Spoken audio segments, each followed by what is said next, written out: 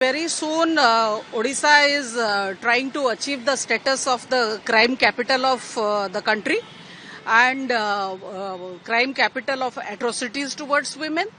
At the rate at which girls are being killed, raped, murdered is alarming. And today, an incident has come to light where a 13-year-old girl from Bargarh district, Gaislet block, has been burnt.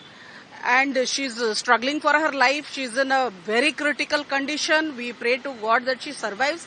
But see, these cases are increasing because the government is not taking any action against the perpetrators.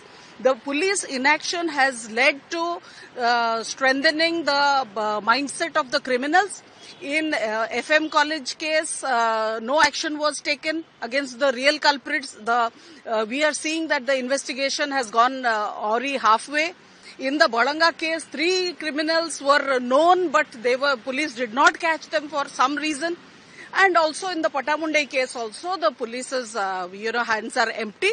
So that gives strength to the criminals, as well as there is lawlessness.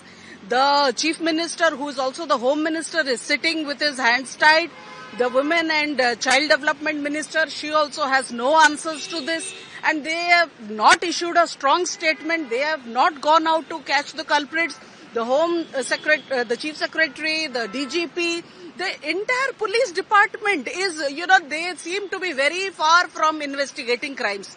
I am surprised that the police in the state is only concerned with VIP protection, but where it comes to managing crime or to prevent crime or even to catch the culprits after the crime is done, they are a complete failure. And this is the reason why now Odisha is number 1 in atrocities towards women, serious crimes towards women, rape, murder, and now there is a new trend of, burning girls. It was never seen in Odisha. And burning girls, young girls, this case in Bargarh, she is only 13 years old. Who would want to do such a heinous crime? The police must get to the bottom of this, and the government must issue a statement of zero tolerance towards crime towards women.